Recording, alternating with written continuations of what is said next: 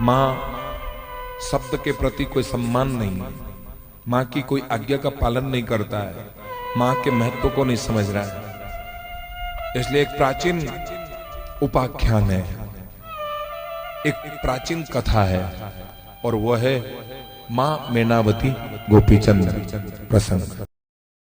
परमानंद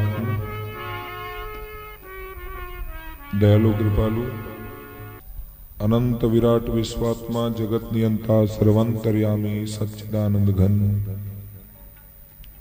पूर्ण पर ब्रह्म परात्पर राम नाम रस रसिक राम सेवक बल बुद्धि के निधान श्री हनुमान जी महाराज के श्री चरणों में प्रणाम करते हैं। परम श्रद्धेय परम श्रद्धा ईश्वत प्रातः स्मरणीय परमंदनीय अंतर्राष्ट्रीय राम स्नेही संप्रदाय के जनक शब्द ब्रह्म राम के उपासक प्रचारक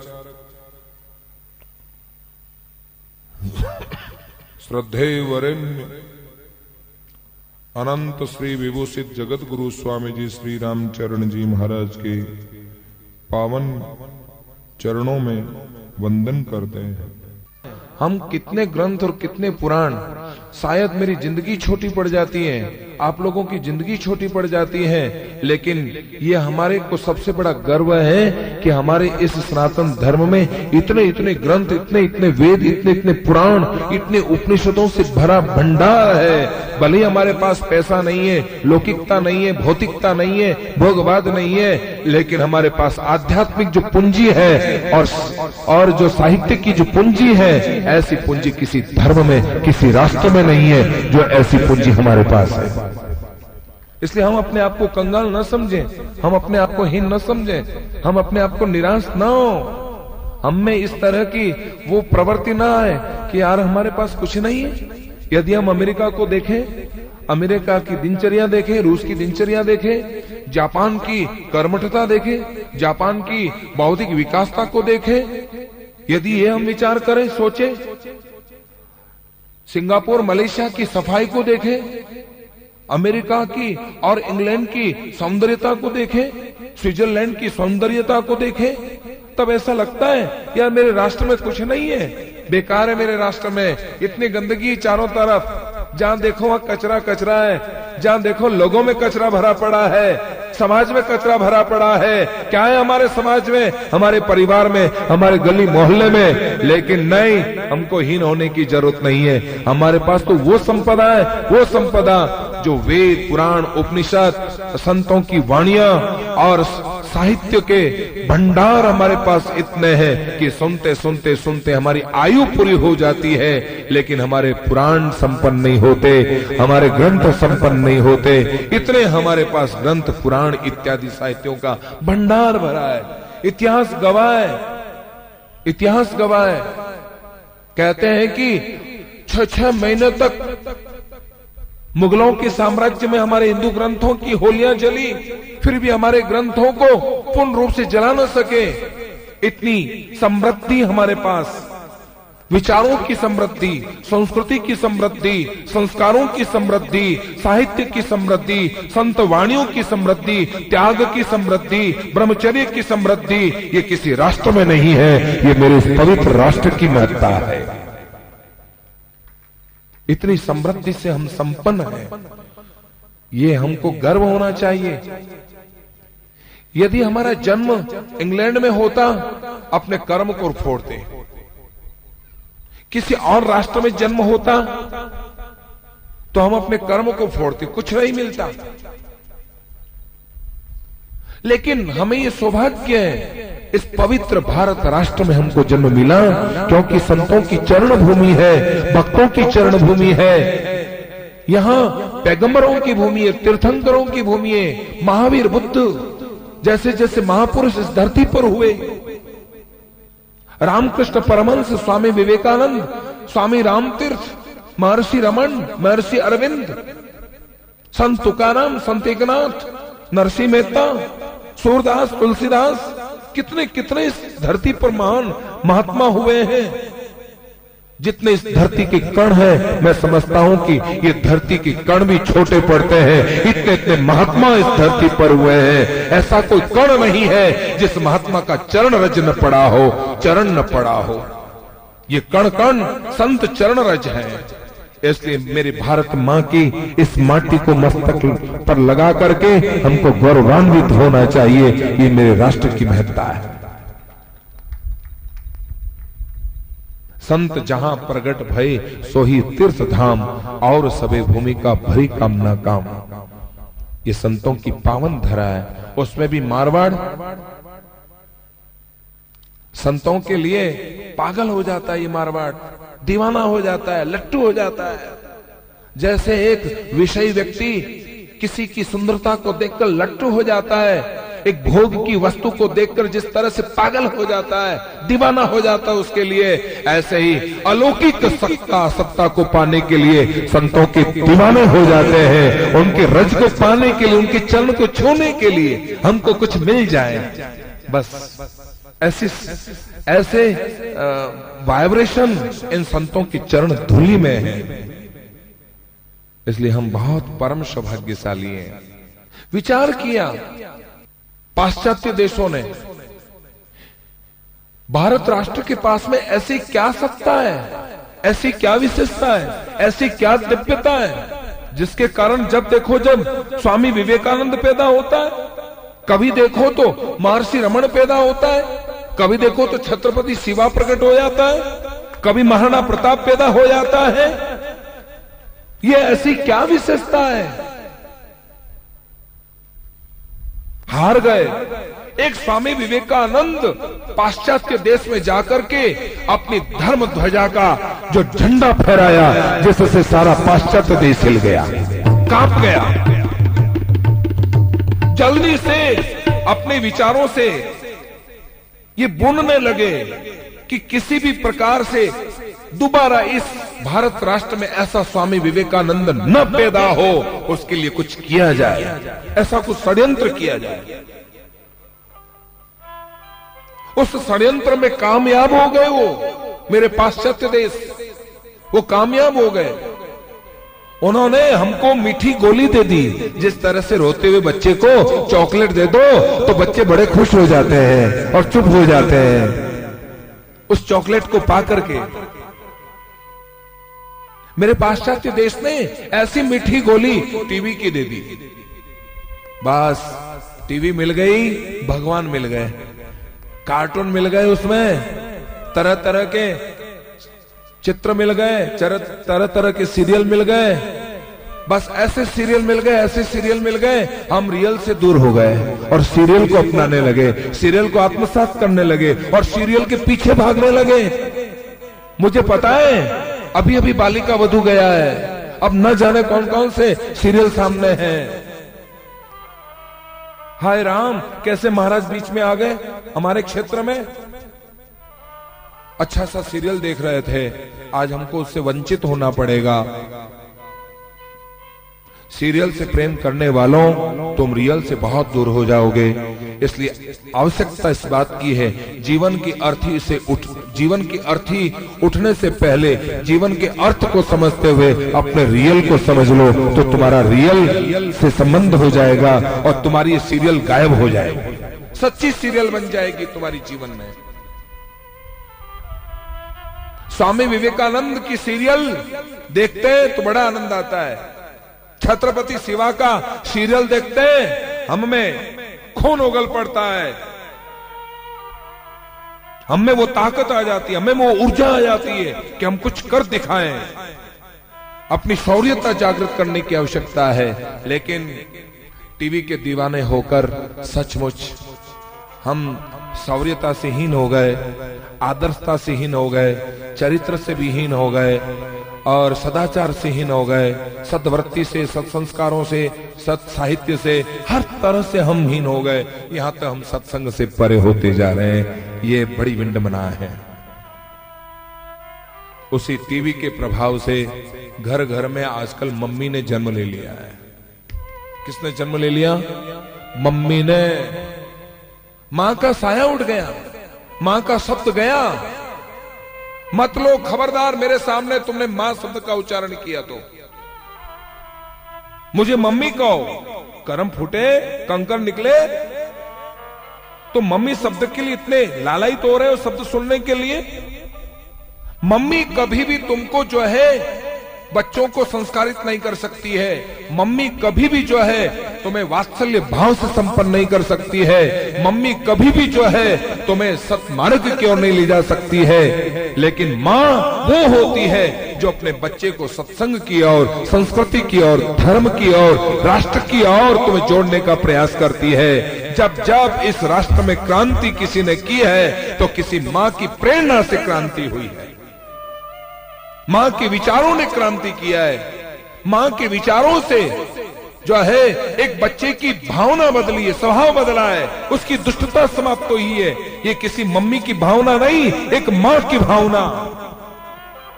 इसलिए मां की भावना जागृत करने की आवश्यकता है।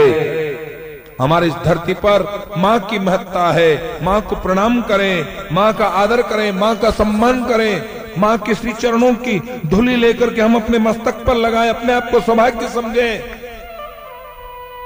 मां की हम सेवा करें। भागवत के 10वें स्कंद के 45 अध्याय के समापन में एक जगह भगवान श्री कृष्ण नंदन नंदन सुदानंदन कुंदमुकुंद ब्रजन चंद्र श्री श्याम सुंदर बड़ी अद्भुत बात छेड़ देते हैं। जब वसुदेव देवकी को जेल से मुक्त करते वक्त चरणों में पड़ते हुए, गिड़गिड़ाते हुए, रोते हुए वे अपनी हीनता प्रकट करते हुए कहते हैं, नाथ, हे मेरे पिताश्री, हे मेरी मां, आप लोग मेरे लिए आदरणीय, सम्माननीय, शरीर से और धन से समर्थ होकर के भी जो 100 वर्ष तक अपनी मां की सेवा नहीं करता, बाप की सेवा नहीं करता है, उसे मरने के बाद उसी का मांस निकाल करके उसी को खिलाया जाता है। रौरव नाम के नरक में उसे धकेल दिया जाता है। इसलिए आवश्यकता है कि शरीर और धन से सामर्थ होकर के माँ बाप की सेवा के लिए एक पुत्र को अपना बलिदान दे देना चाहिए। हालांकि वो ऋण नहीं हो सकते हम कभी माँ बाप से, लेकिन हम अपनी सेवा तो कर सकते हैं ना, अपना सेवक भाव तो जता सकते हैं ना। इसलिए शत्रु पुत्र बनने की जरूरत नहीं है, मित्र पुत्र बनने की जरूरत नहीं है, उदासीन पुत्र बनने की जरूरत नहीं है। तुम पुत्र बनो तो कौन से पुत्र बनो? सेवक पुत्र बनो, ताकि तुम सेवक पुत्र बनोगे तो माँ बाप तुम्हारे यहाँ बुढ़ापे में भी जवान बन करके रहेंगे और उनकी आदर्शता समाज में जीवित रहेगी। इसलिए मन में एक संकल्प हुआ, ये सब कुछ आज वर्तमान में जो हम देख रहे हैं, परिस्थितियां देख रहे हैं, कहानी घर घर की, मां शब्द के प्रति कोई सम्मान नहीं, मां की कोई आज्ञा का पालन नहीं करता है, मां के महत्व को नहीं समझ रहा है। इसलिए एक प्राचीन उपाख्यान है, एक प्राचीन कथा है, और वह है मां मेनावती गोपीचंद प्रसंग। कोई समय में मां मेनावती अपने पुत्र गोपीचंद को उपदेश दिया करते थे। वो उपदेश देती थी, उस उपदेश को आत्मसात करते हुए गोपीचंद गुरु जालंधर नाथ जी के श्री चरणों में जाकर किस तरह से दीक्षा लेता है। लेकिन दीक्षा लेना, साधु बनना, योगी बनना ही सहजता नहीं है, उसके पीछे बहुत अभाव है, और उसके पीछे वह है समर्पणता। जितना सोने को तपाया जाए, जितना तपाया जाए, तब कहीं जाकर के सोना शुद्ध होता है। ऐसे ही साधु को साधु के वस्त्र पहनने से या रंग रंगने से कोई साधुता नहीं हो जाती है, मुंड मुंडाने से नहीं हो जाती है। साधुता तो वही है जो कसौटी में कसा जाए, कसा जाए, कसा जाए, जितना उसमें तपा जाए, जितना अपने आप के तप को बढ़ाएगा, संयम से, ब्रह्मचर्य से, त्याग से, तितिक्षा से अपने तप को बढ़ाएगा, सदाचरण से अपने तप को बढ़ाएगा, ताकि उसकी वाणी एक ओज पूर्ण वाणी होगी, उसका तेज होगा, लोगों को प्रभावित करेगा।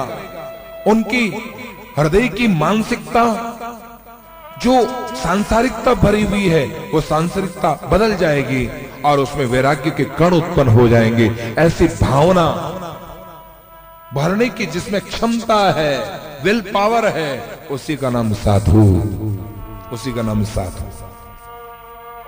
तो गोपीचंद गुरु जालंधर नाथ से किस तरह से दीक्षा लेकर के, दीक्षित होकर के अपनी रानियों से मां कह करके, धर्म की मां कह करके भिक्षा मांगता है, और किस तरह से वे विलाप करती है, रोती है, विलखती है, अपने भोग को प्रकट करने का प्रयास करती है, लेकिन उसकी स्थिरता और दृढ़ता और विचारों की दृढ़ता देख करके किस तरह से वही पत्नियां अपने द्वारा हे वत्स, हे पुत्र, अपने पति को पुत्र कह करके भिक्षा देती है। तब उसका योग सार्थक होता है, उसका साधुपना सार्थक होता है। ऐसा करुणामय प्रसंग है और आज के समय में यह प्रसंग बहुत उचित है। जिस तरह से भौतिकता बढ़ रही है,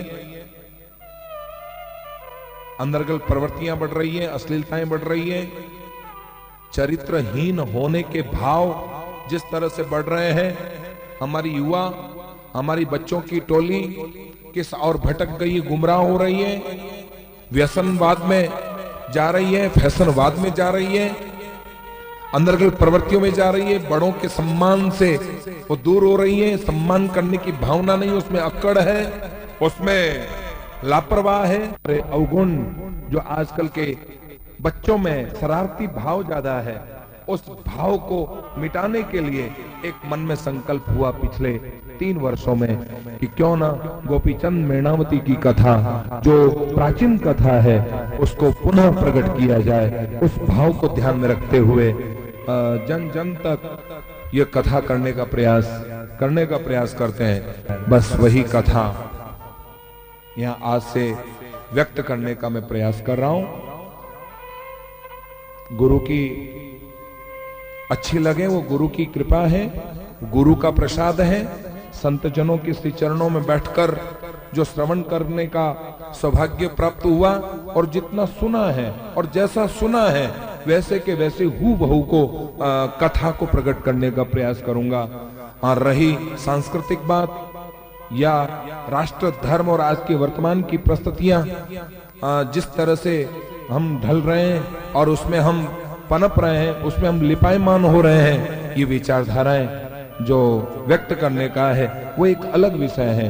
लेकिन जो गोपीचंद की जो कथा है वो हूबहू संतों की श्री चरणों में बैठकर जो प्राप्त हुआ है उसे मैं प्रयास करूंगा आप तक बीच में सुनाने का। भक्त भक्ति भगवंत गुरु चतुर नाम वपु एक, इनके पद वंदन किया मिट जाए विघ्न अनेक।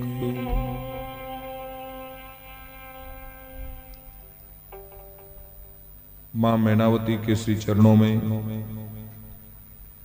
प्रणाम करता हूं। ऐसे आदर्श पुत्र, सेवक पुत्र, ऐसे महान योगी यति के रूप में सुप्रसिद्ध हुए महाराज गोपीचंद के श्री चरणों में वंदन करता हूं। जिनको उपदेशित किया,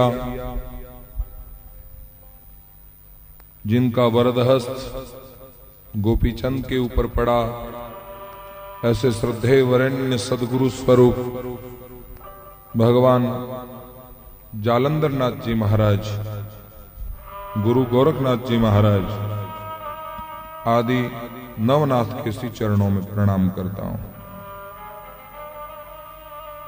देखो,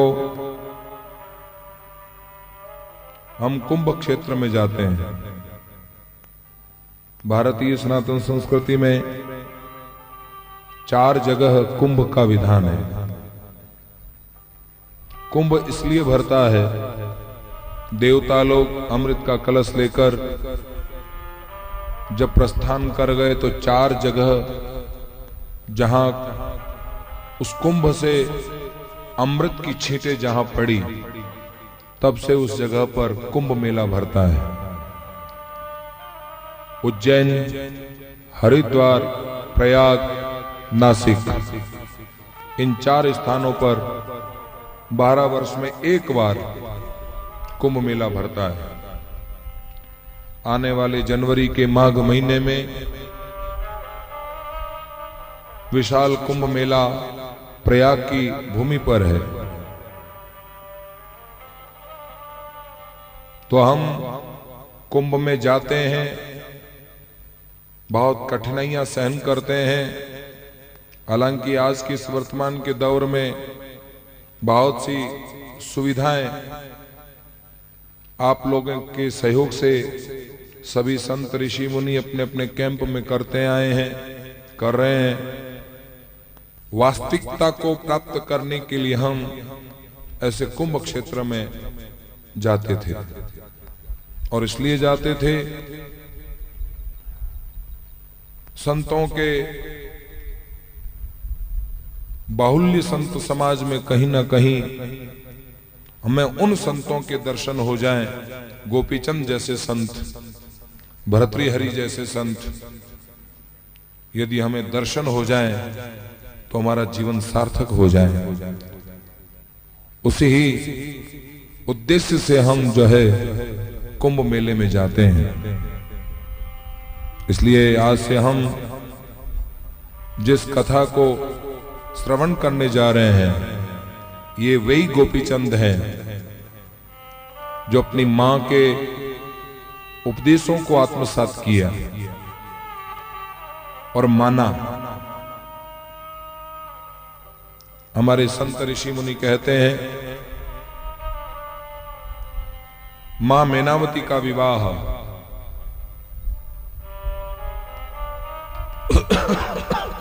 गोड बंगाले के देश में बहलोचन नाम के राजा के साथ हुआ। मैनावती, विक्रम और भर्तृहरि ये तीनों भाई बहन हैं। भर्तृहरि बड़े विख्यात संत हुए, गुरु गोरखनाथ जी की शरण में गए।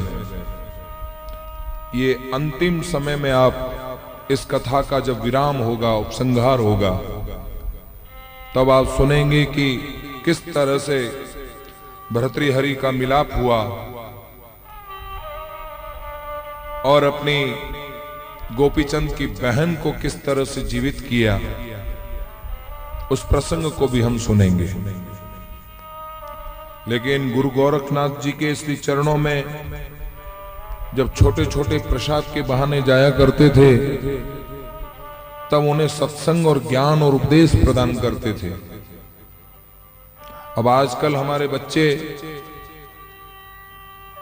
माँ बाप को छोड़कर, टीवी को छोड़कर कहीं जाते नहीं हैं।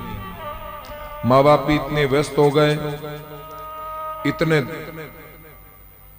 उसमें डूब गए, दैहिक कर्म में, व्यापार में, सामाजिक में, और अपने घर की 4 दीवारी में इस तरह से बंध गए, संतों के पास जाने की फुर्सत नहीं है, सत्संग में आने की फुर्सत नहीं है।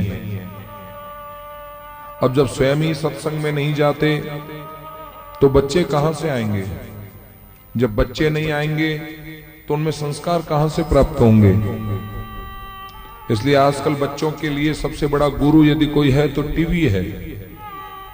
नहीं तो पहले घर में दादा दादी सुलाते सुलाते लोरियां सुनाती थी, उन्हें कहानी किससे सुनाते थे, और बड़े चाव से दादी की गोद में अपना सिर रखकर दादी से कहता, दादी दादी मुझे वो कहानी सुनाओ, और बड़ी सुंदर सुंदर कहानी सुनाती थी दादी माँ। उन कहानी के प्रभाव से प्रभावित होकर उस बच्चे में संस्कार जागृत होते, आदर्श भाव जागृत होता, माता पिता के प्रति जो कर्तव्य है उस कर्तव्य का बोध होता। आजकल तो दादा दादी घर से निकले बाहर, हम दो हमारे दो, कोई किसी से लेना देना नहीं। रही बात माँ बाप अपने काम में मस्त और बच्चे अपने आप में मस्त। छोटे छोटे बच्चे जब रोते हैं, विलखते हैं, उन्हें घबराने के लिए, उन्हें चुप करने के लिए मीठी डोज दे देते हैं। देख देख, ये बाबा पकड़ के ले जाएंगे, ये साधु संत पकड़ के ले जाएंगे, खबरदार, चुप। बेचारे बच्चे चुप हो जाते और डर जाते हैं और संत महात्माओं से दूर हो जाते हैं। और जब हमारे जैसे संत, हम जब घरों में जाते हैं, हमें देखकर डरते हैं, माँ, दादी दादी, भूत आया, भूत आया, भूत आया। चौपाशनी रोड के फर्स्ट पुलिया पर मैं जब किसी के घर गया, पुरोहित के घर, तब वो उनकी छोटी बच्ची घर में थी और जैसे मैं अंदर प्रवेश किया, वो जोर से चिल्लाई, दादी दादी, भूत आया, भूत आया। अरे मैंने कहा, भूत कहाँ हूं भाई, मैं तो साधु हूं। वो दादी बेचारी बोले, नहीं नहीं, अपने राम जी, अपने राम जी। लेकिन नहीं नहीं, बोले राम जी नहीं, ये तो भूत है, भूत है। अब डरा ही ऐसा रखा, समझा ही ऐसा रखा, संस्कार ही ऐसे दे रखे, अब उसमें उसकी बच्चे की क्या गलती। बेचारे जबरदस्ती माँ बाप जो है हम लोगों को देखकर बच्चे को भेजते, जा बेटा, ले ले, दो ले बेटा, दे। अब हम चॉकलेट दिखाएंगे तब बेचारे बच्चे आएंगे, दौड़ते हुए आएंगे। लेकिन अब जैसे ही बच्चे ने चॉकलेट हाथ में पकड़ी, ऐसे भागेंगे कि बस पूछो मत। कोई कोई नमस्कार करने आएंगे, प्रणाम, भागते हुए आएंगे, ए छुआ कि नहीं छुआ, वापस वो भागेंगे, वो भागेंगे। जैसे कोई दिवाली के दिनों में वो बम नहीं फोड़ते, बम, और उस बम को फोड़ने से पहले जैसे तिल्ली से सुलगाते हैं बम को, और सुलगा करके कैसे भागते हैं, ऐसे ही हमको जो है मानो कि एक सुलगा करके वो भागते हैं, वो भागते हैं। अब ये बच्चों में भावना है।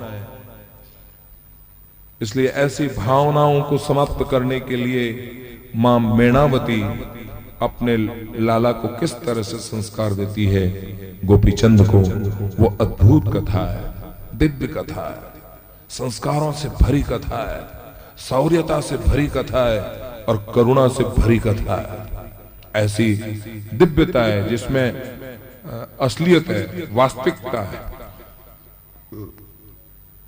मंगलो सब सुख संपत्ति पूर्ण सुख बस रहो बहलोचन राजा। आइए बड़े भाव और प्यार के साथ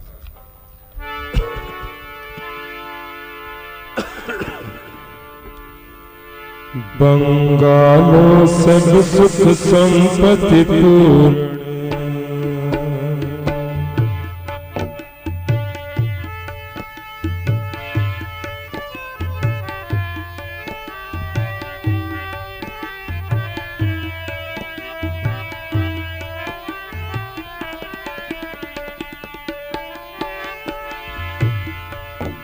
बंगालो सब सुख संपत्ति पूर्ण सुख बस रहो बलोचन राजा।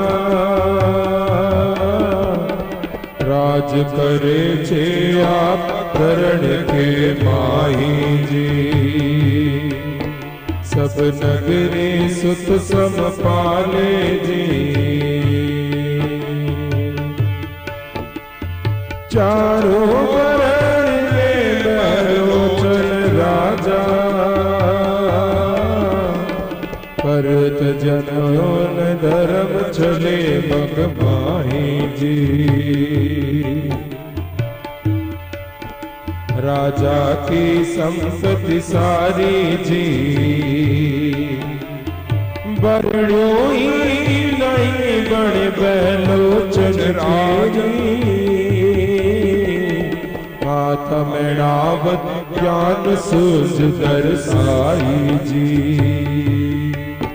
मेणावती बरस 18 जी, सब सुख बिलसिया गोपीचंद जायो। ओ नरपति गए सुरधाम दुख अधिकाई जी। गोपीचंद पाट बिठाया जी। महीना 5 का रजवंशी बालक, राजकाज सब काम मंत्री अधिकारी जी। गोपी चंद दिन दिन दोनों जी, प्रगट्यो तेज बल कपधारी लड़का। ओ जानो लक्षण पूर छिपे कौनाई जी। महाराज बंगाला राज बड़ा विशाल राज है, बड़ा राज्य है। जिस तरह से पहले मारवाड़ राज्य अलग था, मेवाड़ राज्य अलग था, ऐसे ही बंगाला राज था। अपार संपदा थी, अलौकिक संपदा थी। वो धन कभी समाप्त होने वाला नहीं था। उसके राज्य में कोई कमी नहीं थी। जैसा राजा होता है वैसी प्रजा होती है। संस्कारी राजा होना चाहिए, सदाचारी राजा होना चाहिए, नीति युक्त राजा होना चाहिए और प्रजा को पुत्रवत संभालने की क्षमता होनी चाहिए। प्रजा की पीड़ा को देखकर विहल होकर उसकी पीड़ा को हरण करने का प्रयास राजा में होना चाहिए। राजा वही है जो प्रजा के शुभचिंतक है। राजा वही है जो देश के शुभचिंतक है। वो राजा राजा नहीं है जिसमें राष्ट्रीयता नहीं है। वो राजा राजा नहीं है जिसमें प्रजा के प्रति शुभचिंतक का भाव नहीं है। केवल मिसयूज मिसगाइड करके अपनी कोठी को भरना, अपनी बैंक बैलेंस बढ़ाना, बस अपनी लोकप्रिय होना, इस तरह की भावनाएं जिस तरह से भरी रखी है, वो राजा राजा नहीं हो सकता है। इसलिए ऐसे राजा को हम प्रणाम करते हैं, ऐसे राजा का हम सम्मान करते हैं जिस राजा में राष्ट्रीयता है, ऐसे राजा में जो है धार्मिकता है, ऐसे राजा में सामाजिकता है, ऐसे राजा में भावुकता है, प्रजा के प्रति जो है शुभचिंतक का भाव है। ऐसे राजा का हम अभिनंदन करते हैं, सम्मान करते हैं हृदय से। बेटे की तरह प्रजा को संभालने की सामर्थ्यता। रात को गुप्त वेशभूषा में गुप्त रूप में चारों तरफ घूमते थे, कहीं मेरे प्रजा को कहीं तकलीफ ना हो। छद्म वेश में, किसमें? छद्म वेश में वे छिप करके एक एक प्रजा के पास जाते थे, संभालते थे, उसकी पीड़ा को समझते थे, उसके दर्द को समझते थे। ऐसे शुभचिंतक राजा हुआ करते थे। ये कहानियां नहीं है, ये कल्पनाएं नहीं है, ये हकीकत मेरे राष्ट्र की महत्ता थी, उस राजा की अस्मिता थी, उस राजा का सम्मान था। अपार संपदा थी। जो नीति के राह पर चलता है, राष्ट्र समाज के हित पर चलता है, तो अपार संपदा बढ़ती जाती है। लक्ष्मी उस पर कृपा करती है। लक्ष्मी उसी पर कृपा करती है जो नीतिगत व्यवहार पूर्वक धन को सही जगह पर लगाते हुए सदुपयोग करे। वहीं लक्ष्मी रहती थी, प्रसन्न रहा करती थी।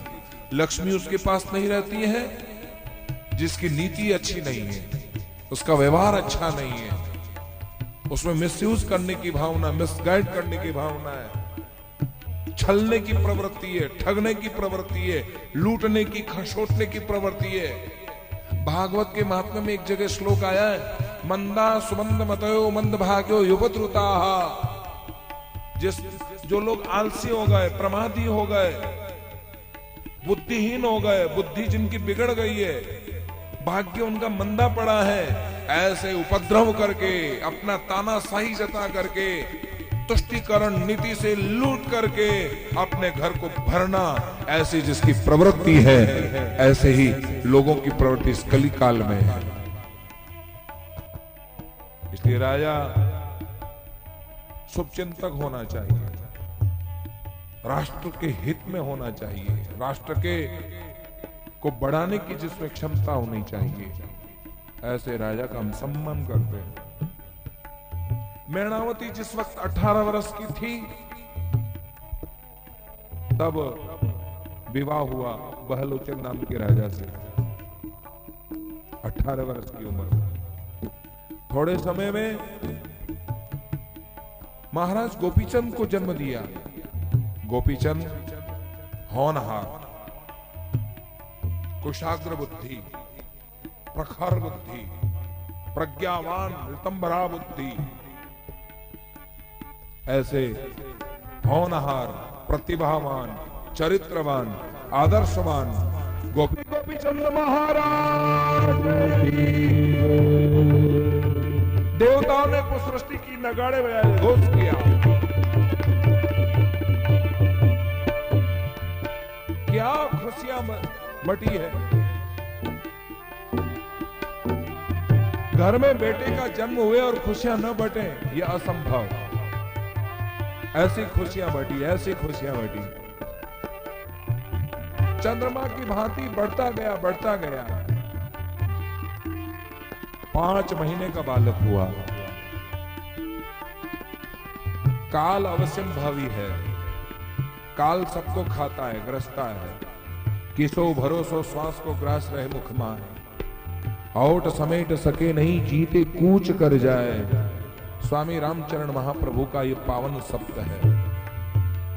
काल किसी को छोड़ता नहीं है, वो ग्रसने वाला है, अवश्यम भावी है। मृत्यु अटल है, अवश्यम भावी है, किसी को छोड़ती नहीं है। पाणी ग्रहण संस्कार करने के लिए मृत्यु देवी सदा तैयार रहती है, सबके साथ, सबको अपनाने की, सबको ग्रसने की प्रवृत्ति रहती है। ऐसे काल कलवित हो गए महाराज बहलोचन, छोटी उम्र में चले गए। सन्नाटा सा छा गया, चारों ओर शोक बदल गया, शोक वातावरण हो गया। सबके सब रोने लगे। मित्र की तरह, बेटी की तरह संभालने वाला, हमें हमदर्दी देने वाला, प्रेम देने वाला, पीड़ा को हरण करने वाला, ऐसा राजा भूतो न भविष्यति, ऐसा राजा न हुआ है न होगा। ऐसे राजा के लिए सारी प्रजा की आंखें सजल हो गई, नतमस्तक हो गई।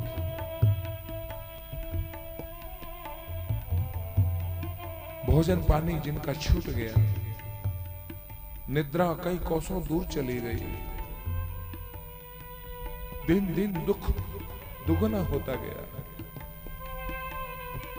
महाराज जालंधर नाथ ने सुना मां मैनावती इस वक्त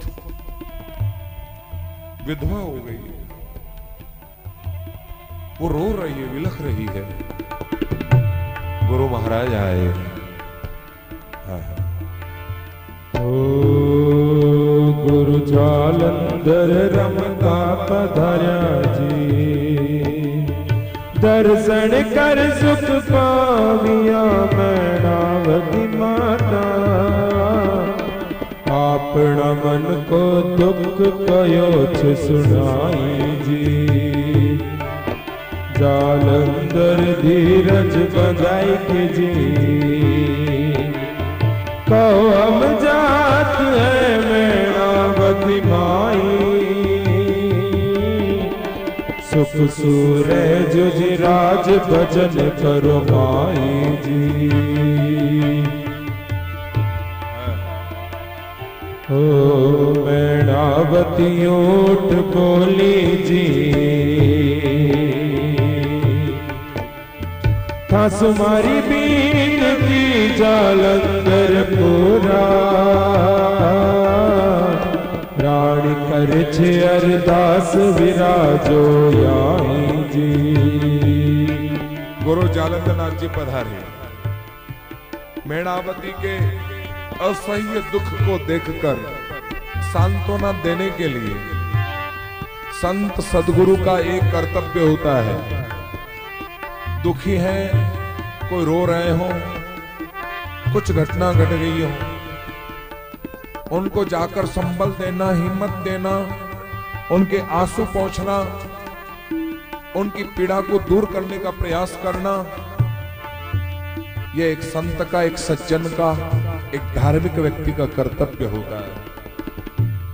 इसलिए आज भी ये मानवता बरकरार है। जिसके घर में कोई घटना घटती है, औपचारिकता अवश्य ही सही, लेकिन जाते हैं और वे हर को कौन टाल सकता है? प्रभु की यही मर्जी है। प्रभु के आगे किसी का जोर नहीं चलता है। मरण धर्म शरीर है, आना और जाना ये संसार का नियम, ये अनादि काल से चली आई परंपरा है।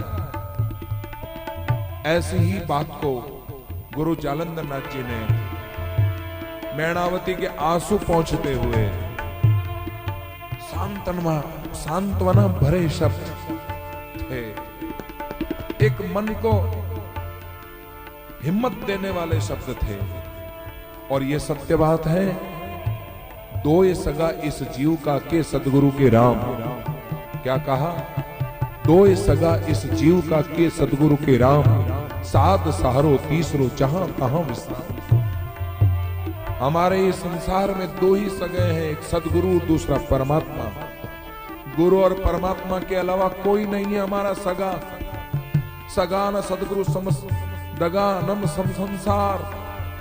सदगुरु के समान कोई सगा नहीं है, और धोखेबाज दगाबाज के ये संसार जैसा धोखेबाज नहीं, दगाबाज ये संसार।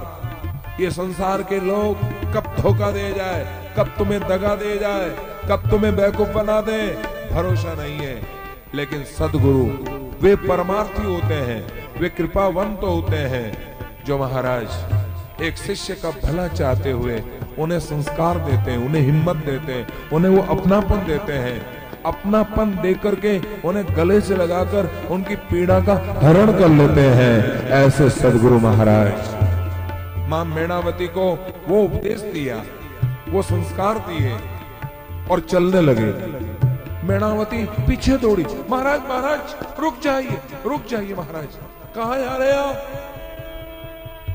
आपके सत्संग से, आपकी वाणी से थोड़ा सा मुझे लगा कि कोई है, वरना इस 18 साल की उम्र में मेरा सुहाग लुट जाना, मेरे ऊपर से किसी का साया चले जाना, कौन रहा है आप? लेकिन समर्थ सदगुरु ही का वरदहस्त ही मेरे माथे पर रह सकता है। हे कृपा निधान, हे गुरु, आपके श्री चरणों में मैं अरदास करती हूँ, प्रार्थना करती हूँ, विनती करती हूँ नाथ, आप यही विराजो, यही विराजो, रहो महाराज, यही निवास करो।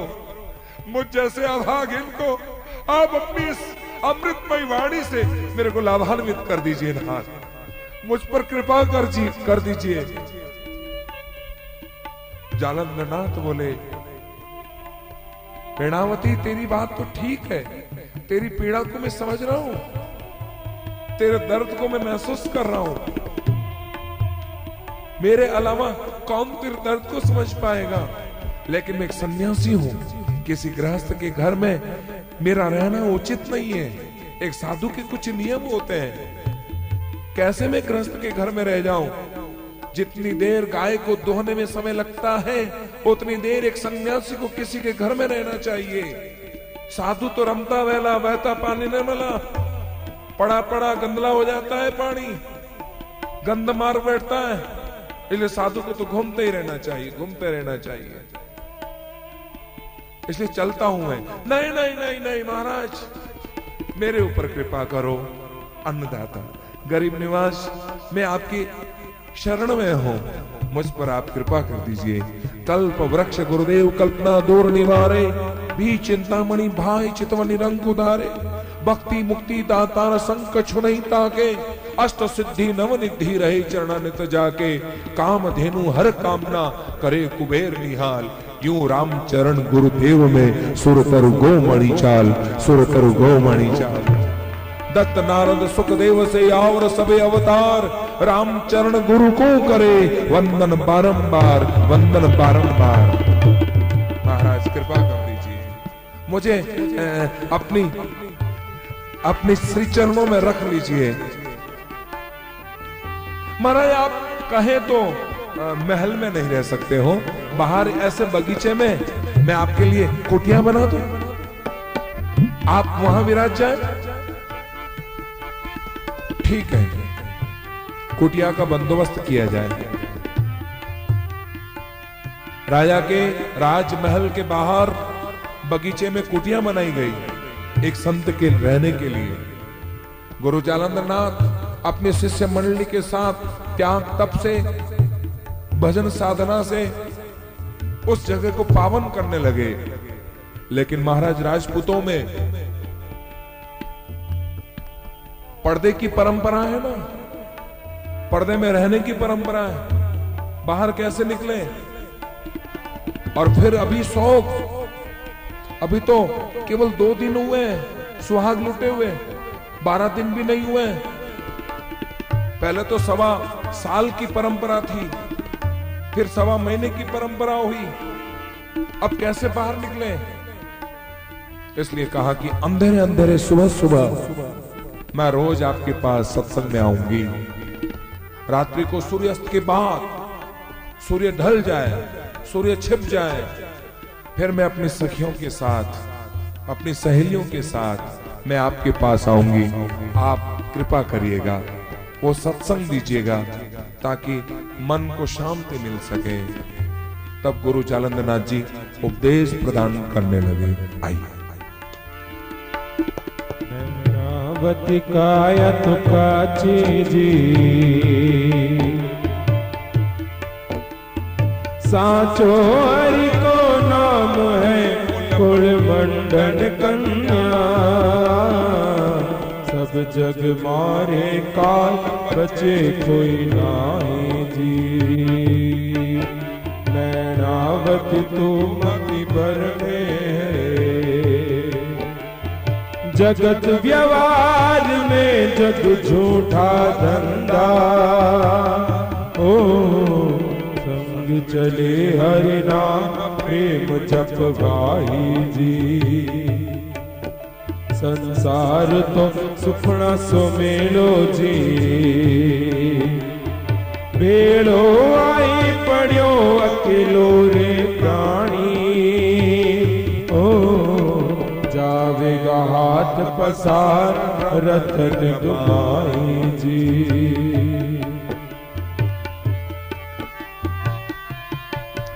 मैं चासु सुमिरण करना जी, कीजे चित्त लाय के मैणा दे कन्या, ओ जन्म सुफल होई फिर दुख कोई नाई जी। या जग में अगणित राजा जी, समृद्ध हो गया मैणा दे कन्या, ओ जिनका धन परिवार सुनिया नहीं जाई जी।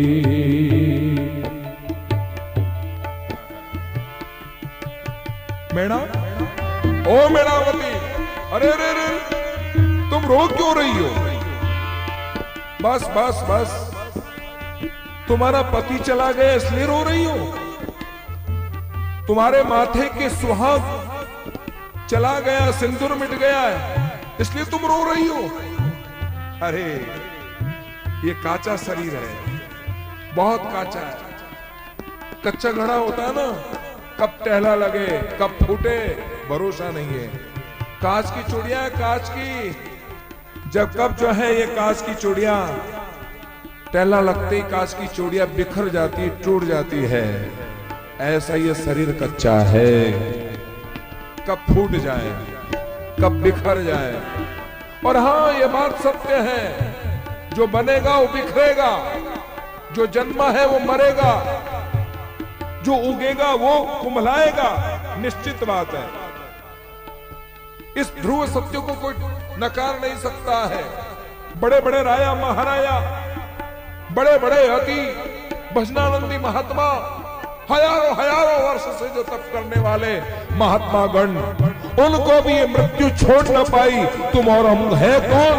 कौन से खेत की गाजर मूली है जो हमको भी मृत्यु से बच जाएंगे? एक दिन हम मौत के ग्रास बन जाएंगे, चले जाएंगे, हम निकल जाएंगे, सबका सब हमारा अस्तित्व समाप्त हो जाएगा। नाम और रूप किसी का सत्य रहा है? यदि मैं आप लोगों से पूछूं, क्या माता जी आपने अपने दादी को देखा है, परदादी को देखा है? बस। अच्छा, परदादी की दादी को तो देखा होगा, परदादी की दादी को देखा होगा? नहीं ना, बस खत्म, मामला खत्म। माँ का नाम जानते हो, दादी का नाम जानते हो, परदादी का नाम जानते हो, बस बस विकेट आउट। किसी से भी पूछ लिया जाए, 4 पीढ़ी 5 पीढ़ी नाम याद होगा, 10 पीढ़ी नाम याद होगा। अपनी माँ को, अपनी दादी को, परदादी को देखा होगा, लड़दादी को देखा होगा, छड़दादी को देखा होगा, लेकिन आखिर किसी को नहीं देखा है। ये सब खत्म हो गया, सब खत्म हो गया। क्यों? हाँ, कहां गए हमारे पूर्वजों के चेहरे, कहां गए हमारे पूर्वजों के नाम? आज हमारे उन पूर्वजों का न तो नाम है न रूप है, क्योंकि संसार के साथ उनका संबंध था। जिसका संसार के साथ संबंध रहेगा, उनका अस्तित्व नहीं रहेगा, न नाम का महत्व रहेगा, न रूप का महत्व रहेगा। नाम और रूप एक दिन सबके सब समाप्त हो जाएंगे, समाप्त हो जाएंगे। हमारे पिता की फोटो चढ़ गई ना दीवार पर, माला पहनाने लग गए, लेकिन वो पिता की फोटो कब तक है? एक दिन वो समय आएगा, पिता की फोटो वहां से हट जाएगी, कहीं कचरे में मिलेगी, कहीं उदाई लग गई होगी, धूल की परत जम गई होगी ऊपर, लेकिन एक दिन वह तस्वीर वहां से भी चली जाती है, समाप्त हो जाती है। हम बड़ी शान समझते हैं कि हमारे घर के बाहर हमारे नाम की प्लेट लगी है। ये नाम की प्लेट एक दिन आने वाले हमारे बच्चे हमारी नेम प्लेट को हटाकर अपनी नेम प्लेट लगा देंगे। जिस तरह से तुमने अपने बाप की नेम प्लेट को हटा करके अपनी नेम प्लेट लगाई ना, ये परंपरा है। बस ऐसी परंपराएं चलती रहेगी, चलती रहेगी। दिल्ली में प्रधानमंत्री का निवास स्थल वही है जहां पर जवाहरलाल नेहरू ने निवास किया था। एक दिन जवाहरलाल नेहरू की नेम प्लेट थी, लेकिन आज जवाहरलाल नेहरू की नेम प्लेट नहीं है वहां, मनमोहन सिंह। लेकिन ये स्थायी नहीं है, अस्थायी है। बंगला वही है, अंदर रहने वाला स्थायी नहीं है, वह नहीं है, बदलता रहता है। ये शरीर स्थायी नहीं है, आज से 40 वर्ष पहले नहीं था, आगे 30-40 वर्ष के बाद रहेगा नहीं। ये शरीर का अस्तित्व है, लेकिन मेरा अस्तित्व कायम है। मैं कल भी था, आज भी हूं और कल भी रहूंगा। इसलिए सच्चा यदि कुछ नाम है, कुछ है इस दुनिया में, सच्चा केवल नाम है, नाम। उमा कहो में अनुभव अपना, सत हरि भजन जगत सब सपना। वही सपना सत्य है, वही सपना है। जो सपना जो दिखाई दे रहा है, एक दिन मेरे लिए सपना है, सब कुछ सपना है। ये सपना सपना नहीं है, लेकिन परमात्मा का नाम सत्य है। मीना का नाम सत्य हुआ, कबीर, रैदास, पन्ना, दादू, दरियाओं, उन महापुरुषों का नाम सत्य हुआ है। देखो आज उनकी वंश परंपरा है क्या? अरे तुम्हारे पूर्वजों की परंपरा, ये बच्चों की संतानों की परंपरा जो चल रही है, उसमें भी तुम्हारा अस्तित्व, तुम्हारे पूर्वजों का अस्तित्व नहीं रहा है। लेकिन मीरा ने शादी की क्या? शादी की तो उसके बाद में कोई वंश परंपरा है क्या? नहीं है ना। लेकिन उसकी वंश परंपरा नहीं होते हुए भी आज वर्षों हो गए, फिर भी मीरा का नाम अमर है, नरसिंह मेहता का नाम अमर है, कबीर रेदास पन्ना दादू दरियाव इत्यादि महापुरुषों का नाम अमर है, अमर, क्योंकि उनका नाम सत्य के साथ जुड़ा है।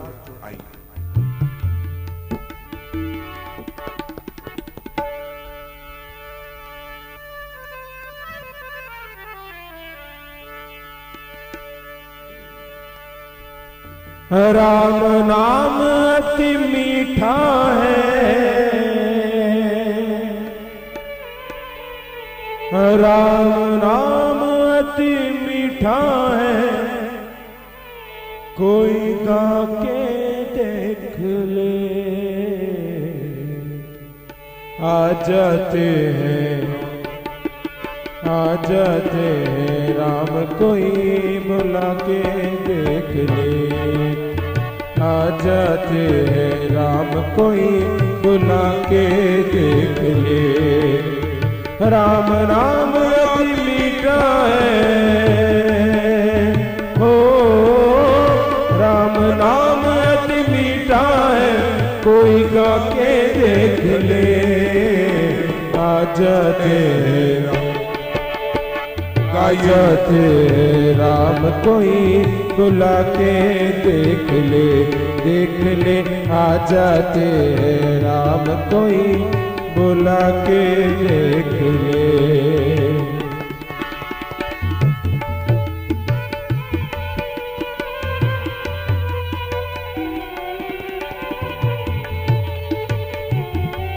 गुरु जालंधर नाथ जी महाराज मां मीणावती को बड़ा सुंदर उपदेश देते हुए कहते हैं, भगवान नाम ही सत्य है, बस उसे गाओगे तो तुम्हें सत्य कर देगा, तुम्हें शाश्वत कर देगा, जिस तरह से मीरा को शाश्वत किया है, गुरुजनों को सार्थक किया है, वास्तविक किया है।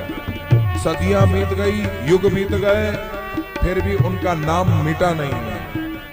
जिनका सत्य के साथ संबंध नहीं रहा है, जिनका वास्तविकता के साथ संबंध नहीं रहा है, वो जड़ा मूल से सब समाप्त हो गए। इसलिए राम नाम ही एक सत्य है। इसलिए अंत में जब उठा कर ले जाते अर्थी को, तब उस मुर्दे को यही सुनाते हैं, राम नाम सत्य है, आगे गए सुगत है। लेकिन अब सुनाने से क्या, अब तो वो मुर्दा हो गया। जीते जी सब जने इकट्ठे होकर उसको सुला कर ले जाते, उस जिंदे को ले जाते, तब सुनाते तो मजे की बात थी। अब सुनाने से मतलब क्या है। लेकिन मुर्दा भी कितना होशियार है, मरने के बाद भी अपनी गर्दन हिलाकर कहता है, नहीं नहीं नहीं नहीं नहीं नहीं, राम नाम सत्य नहीं है, राम नाम सत्य नहीं है। कितनी मजे की बात है।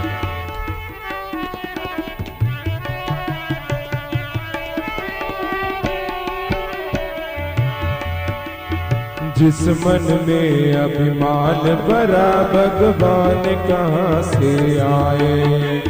जिस घर में अभिमान भरा, भगवान कहाँ से आए।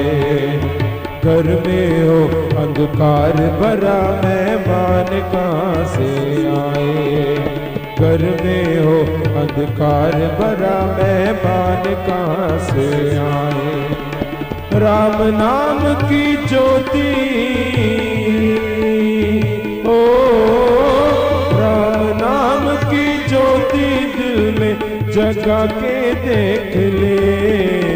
आ जाते हैं, आ जाते हैं राम, कोई बुला के देख ले, देख ले। आ जाते राम, कोई बुला के देख ले।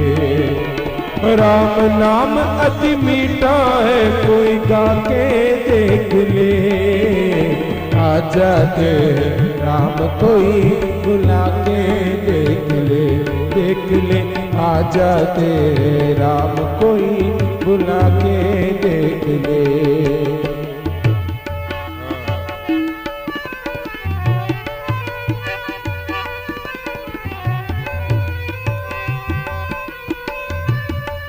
समर्थ सदगुरु का उपदेश, एक संत का उपदेश व्यक्ति के जीवन को बदल देता है। लेकिन व्यक्ति के जीवन को सदगुरु का उपदेश तभी बदलता है जब गुरु के प्रति पूर्ण विश्वास हो, गुरु के प्रति निष्ठा और समर्पणता हो। जब तक संत सदगुरु के प्रति पूर्ण निष्ठा और पूर्ण विश्वास नहीं होगा, तब तक गुरु के उपदेश से कभी भी हमारा स्वभाव बदल नहीं सकता, कभी भी हम अपने आप को बदल नहीं सकते। इसलिए आप सभी से निवेदन है कि बदलने की भावना से, अपनी प्रवृत्ति को बदलने की दृष्टि से, अपने स्वभाव को बदलने की दृष्टि से संत सदगुरु की शरण में अपने आप को समर्पित होते हुए, उनके प्रति विश्वास व्यक्त करते हुए, निष्ठा व्यक्त करते हुए उनके उपदेशों को आत्मसात करने का प्रयास करें और विवश हो, सोचने को मजबूर हो कि मैं कहाँ हूँ और किस जगह हूँ। क्या मैं अभी तक अध्यात्म की राह पर चलते चलते चलते वर्ष बीत गए, 10 साल, 20 साल, 25 साल, 30 साल, काले से धोले हो गए, बुढ़ा हो गया, जुर्रियां पड़ गई। मैं कहाँ हूं? मैं कहीं मंजिल तक तो पहुंचा होगा, अब मेरी मंजिल और कितनी दूर है। लेकिन अपने आप का मूल्यांकन करोगे, सोचोगे, विचार करोगे, चिंतन करोगे, तब अपने आप को तुम उसी चौराहे पर खड़े नजर आओगे। इसलिए अपने चौराहे पर खड़े मत रहो। कब तक खड़े रहोगे? अपनी मंजिल को कब तक तुम पार करोगे? इसलिए आवश्यकता है जीवन के अर्थी उठने से पहले अपनी मंजिल को हम तय कर लें, पहुंच जाएं, हमारी यात्रा प्रारंभ करें, हम खड़े न रहें, हम उस चौराहे पर भटके नहीं, हम अपनी मंजिल तय करें।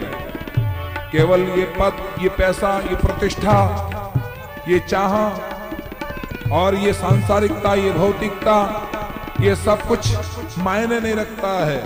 हकीकत में ये केवल एक व्यवस्थाएं है, लेकिन इन व्यवस्थाओं के साथ साथ हम अपने आप को न भूलें, अपने मूल को न भूलें और अपने लक्ष्य को न भूलें। इसलिए भाई, आप सभी से मेरा आग्रह है कि जिस तरह से गुरु जालंधर नाथ आज मां मैणावती के इस पीड़ा का हरण करते उसे वास्तविकता का बोध करा रहे हैं, ऐसे ही अपने आप को मैणावती समझ करके अंतःकरण में जरा सोचने का प्रयास करें। यह कथा केवल मेरे लिए है, ये केवल मेरे लिए ही कहा जा रहा है। यदि ऐसा हम सोचेंगे, ऐसा हम विचारेंगे, तो जरूर हम में परिवर्तन होगा, जरूर परिवर्तन होगा। ये सत्संग, ये आयोजन केवल औपचारिकता न रह जाए, केवल प्रदर्शनवाद न रह जाए, हम में परिवर्तन हो, इस दृष्टिकोण को ध्यान में रखते हुए इस आयोजन में हम भागीदार बने, आए और खूब डुबकियां लगाएं और अपने आप को परिवर्तन करें। आइए। गीत अजामिल गजगणी गाने ऐसे करी कमाई, गीत अजामिल गजगणी गाने ऐसे करी कमाई। नीच कर्म को करने वाला कर गया सजन कसाई, नीच कर्म को करने वाला कर गया सजन कसाई। पत्थर से हरि प्रगटे, ओ पत्थर से हरि प्रगटे, प्रगटा के देख ले, आ जाते हैं राम, आ जाते हैं राम, कोई बुला के देख ले, देख ले, आ जाते हैं राम, कोई बुला के देख ले। राम नाम अति मीठा है, हो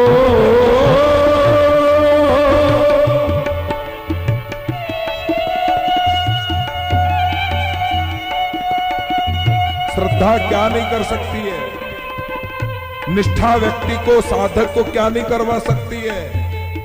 ये भजन की लाइन है कोई केवल ऐसे गाने के लिए ही नहीं है, बहुत हमारी श्रद्धा को और हमारी निष्ठा के खोखलेपन को दूर करने की सामर्थ्यता रखता है, ताकत रखता है।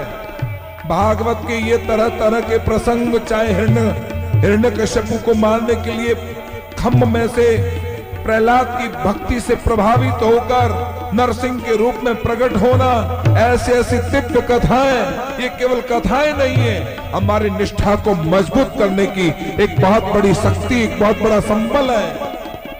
इसलिए हमारी निष्ठा को टटोलिए, कहीं हमारी निष्ठा कमजोर तो नहीं हो रही है, कहीं हमारी निष्ठा को उदाई तो नहीं लग गई है, कहीं हमारी श्रद्धा को उदाई तो नहीं लग गई है। कभी कभी हम इतने व्यस्त हो जाते हैं कि घर में लकड़ी के दरवाजों में कब उदाई लगती है पता ही नहीं पड़ता है, कब किताबों में उदाई लग जाती है। अरे वहां की उदाई को फिर भी देख लोगे, लेकिन हमारे अंतःकरण में जो उदाइयां लग रही है,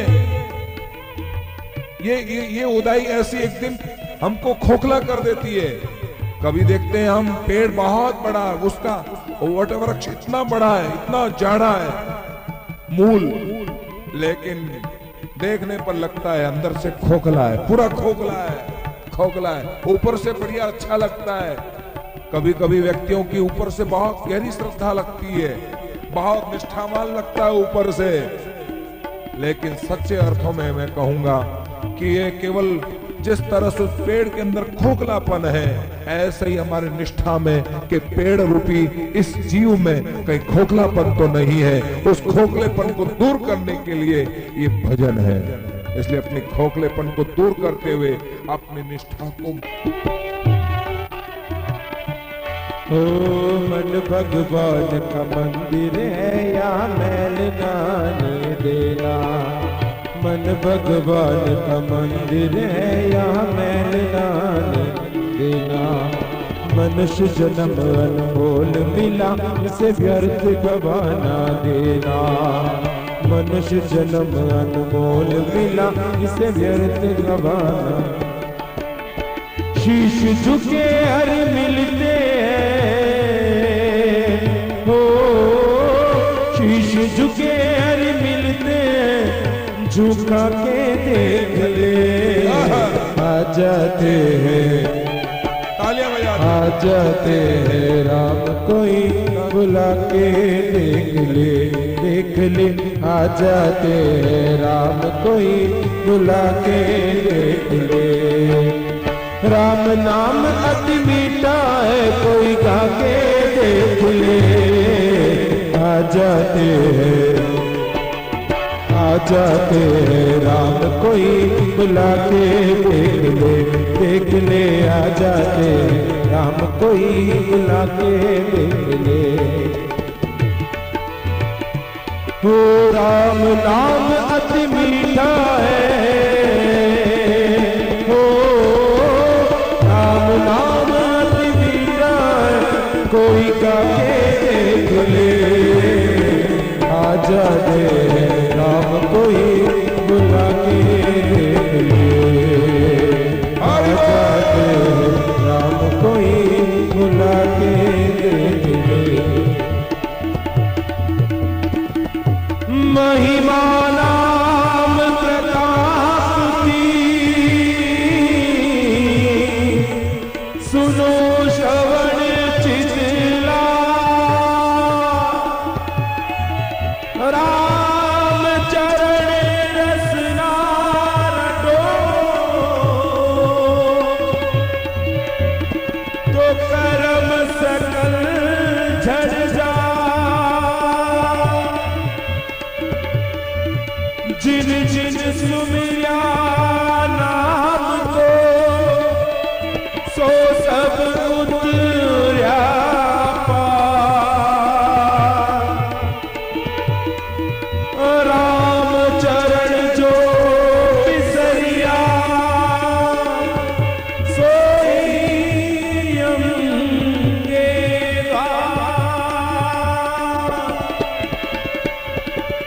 सतगुरु बख्शे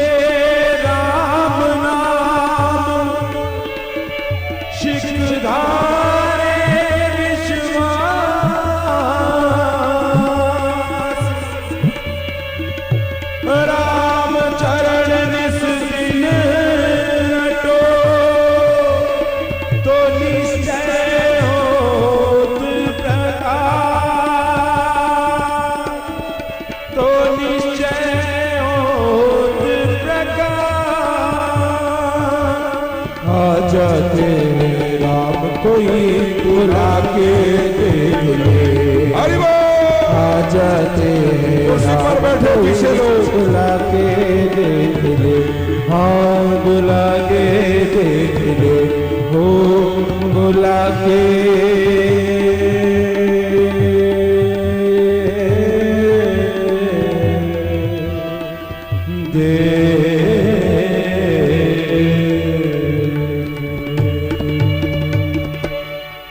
गुरु जालंधरनाथ जी मैणावती के दुख दर्द को देखकर इस शरीर के मूल को समझाते हुए कहते हैं कि शरीर नश्वर है। शरीर शीर्यतीति शरीर जो निरंतर शीर्ण होता जाए, निरंतर बदलता जाए, उसी का नाम शरीर है। शरीर बदलने का नाम है, शीर्ण होने का नाम है, नाश होने का नाम है, परिवर्तन होने का नाम है। कल शिशु रूप में था, बाल्य रूप में हुआ, किशोर रूप में हुआ, कुमार रूप में हुआ, युवावस्था में हुआ, वृद्ध में आया, जर्जर हुआ, खत्म। इसलिए संसार स्वप्नवत जान के कीजे ब्रह्म विचार, अवधि अंजुलि नीर जो जाता लगे नवार। स्वामी रामचरण महाप्रभु कहते हैं ये संसार हकीकत में स्वप्न के समान है, स्वप्न के समान है। इसलिए संसार तो सपना सो मेलो, भेलो आए पड़ियो अकेलो रे प्राणी, जाएगा हाथ पसा रतन गुमाई। ये जो मनुष्य रत्न जो मिला है इसको तू गमा के जा रहा है। इसलिए तू अपने आप को जान समझ, ऐसा उपदेश गुरु जालंधरनाथ जी मां मैणावती को प्रदान कर रहे हैं। मां मैणावती प्रारब्धवशात जिसका सुहाग लुट गया, मरण धर्मात शरीर है, किसो भरोसो श्वास को ग्रास रहे मुख माए, होठ समेट सके नहीं जीते कूच कर जाए।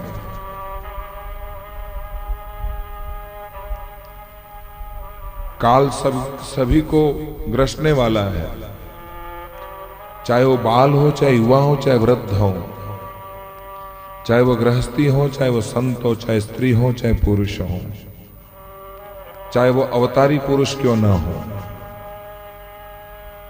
काल के ग्रास बनकर हम सभी को उसी में विलीन होना है। लेकिन समय से पहले एक स्त्री के लिए जो पर्दे में अपना जीवन यापन करती है, जिसके जीवन में लज्जा संकोच के साथ साथ में वो पर्दा प्रथा, पर्दे में रहने वाली स्त्री के लिए अभी तक जिसने जवानी में प्रवेश भी नहीं किया है, ऐसे 18 वर्ष की उम्र में सुहाग लुट जाना, घायल की गत घायल ही जाने। ये पीड़ा, जिसने पीड़ा को पिया है वही इस पीड़ा को समझ सकता है, वरना इस पीड़ा को बहुत मुश्किल है समझना।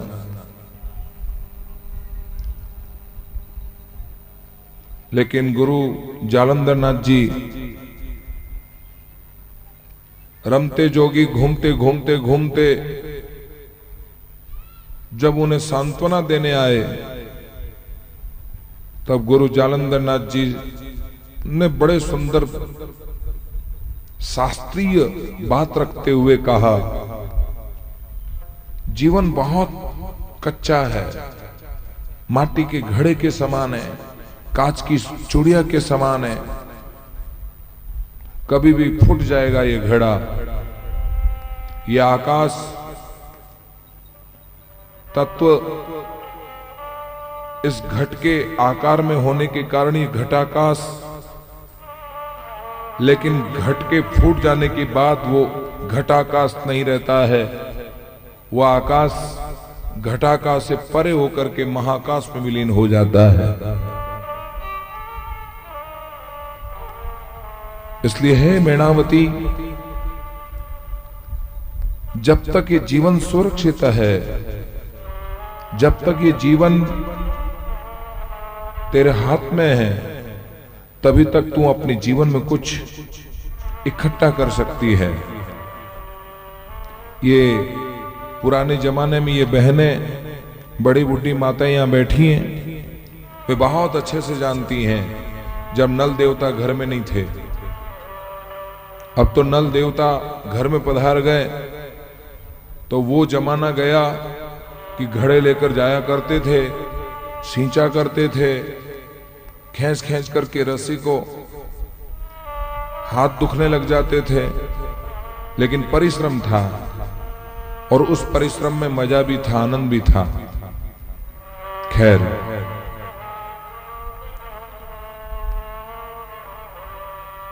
सारी रस्सी बाल्टी कुएं में डाल दो, शेष इतनी रस्सी हाथ में रहती है तो रस्सी भी आ जाती है, बाल्टी भी आ जाती है, लेकिन साथ साथ पानी भी आ जाता है। यदि इतनी भी रस्सी हाथ में न रखो तो पानी तो दूर की बात, तुम्हारी वो बाल्टी और रस्सी भी चली गई। तो समझने की बात है कि शेष इतनी जिंदगी हमारे पास है।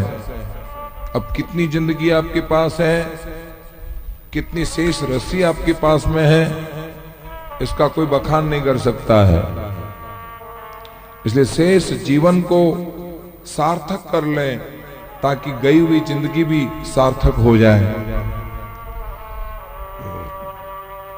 जालंधर नाथ जी महाराज जाने को तत्पर हो गए।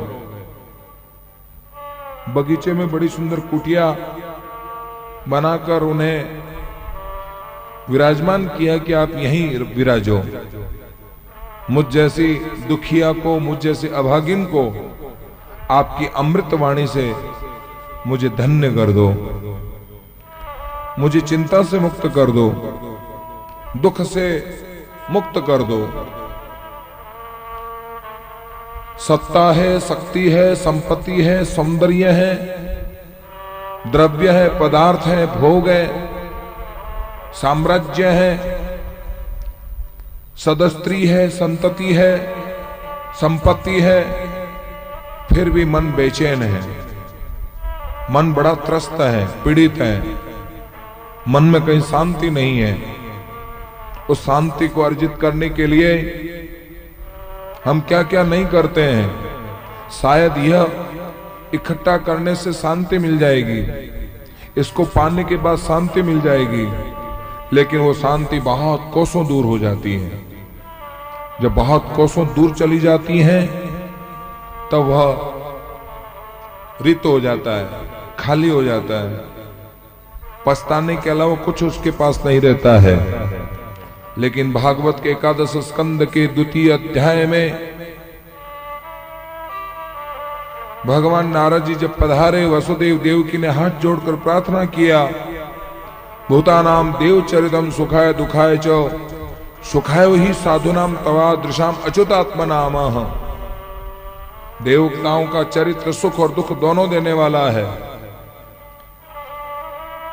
ये रिश्तेदार, ये रिश्ते नाते हमको सुख और दुख दोनों देने वाले हैं।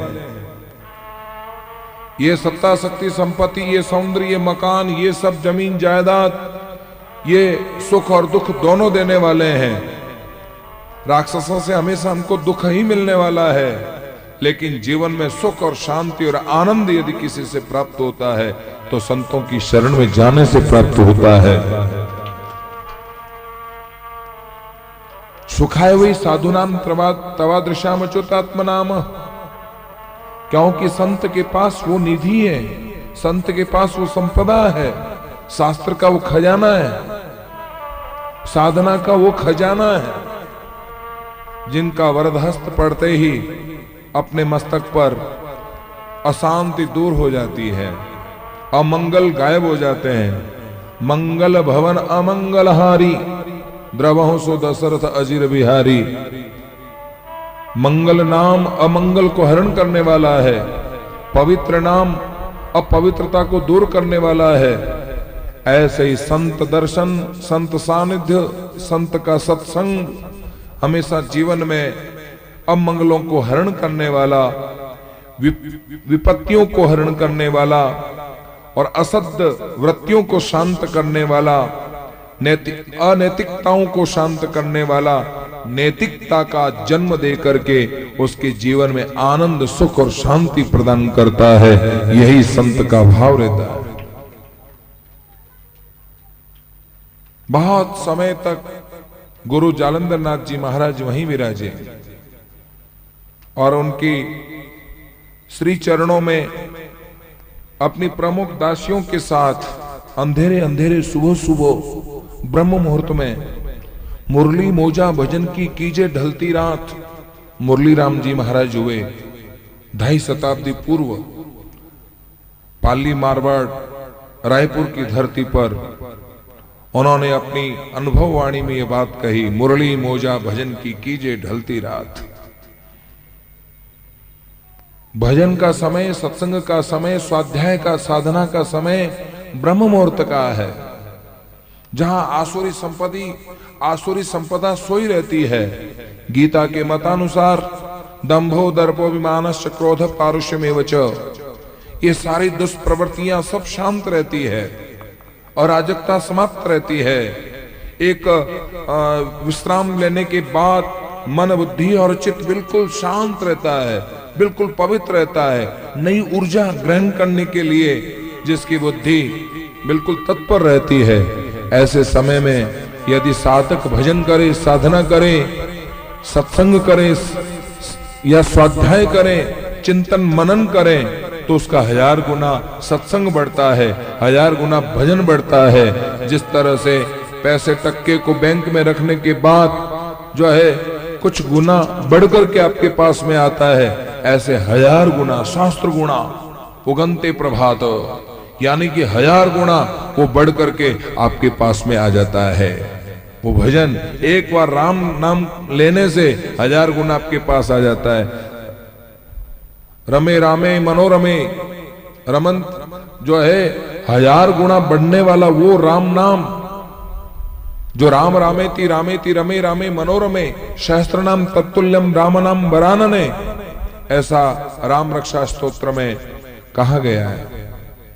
1000 गुना बढ़ने वाला वो राम नाम की साधना जो एक संत के सन्निधि में होती है, इसलिए उसी उद्देश्य को ध्यान में रखते हुए सुबह सुबह ब्रह्म मुहूर्त में मां मैणावती अपने दुख को हरण करने के लिए, अपनी त्रस्त जिंदगी से मुक्त होने के लिए, शांत चित्त जीवन जीने के लिए एक वो उद्देश्य लेने के लिए चल पड़ी।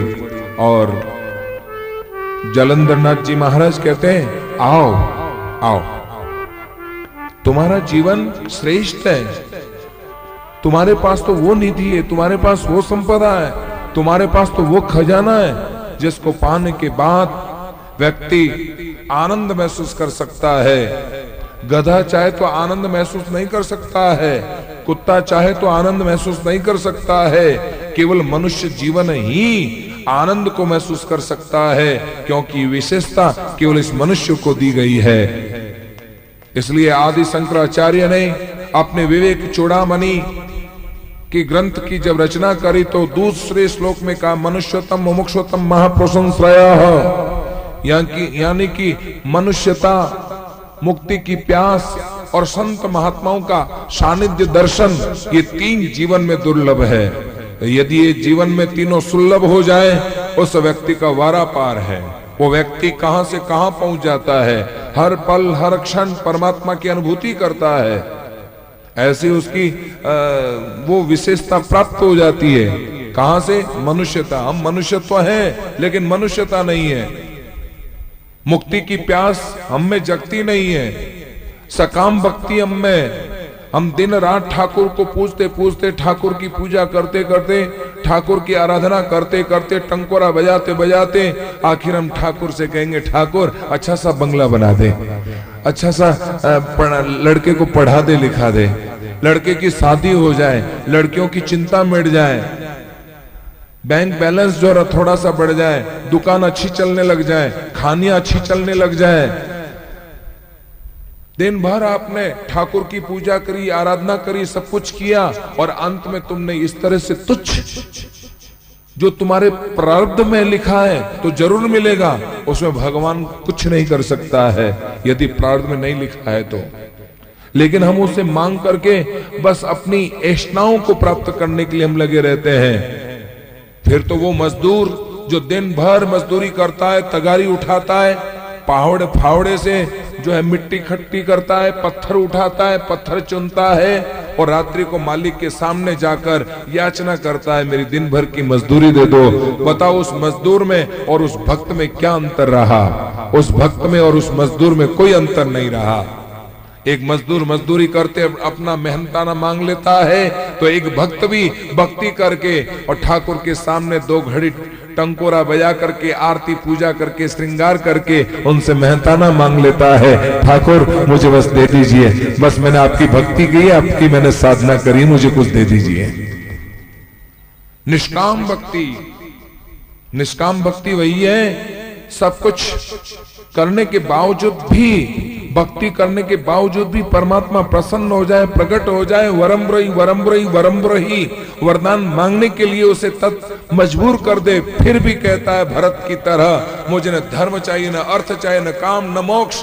जिसको मोक्ष की भी याचना नहीं है, मोक्ष की भी अपेक्षा नहीं है, मोक्ष को भी ठुकरा देता है, वही निष्काम भक्त है। ऐसा भगवान कपिल मां देहूती को कहते हैं, जो मुक्ति को भी ठुकरा देता है वही तो भक्त है। इसलिए मां, तो आप अपने आप को इतना विवश मान रही है, अपने आप को इतना हताश महसूस कर रही है, अपने आप को निराशा महसूस कर रही है।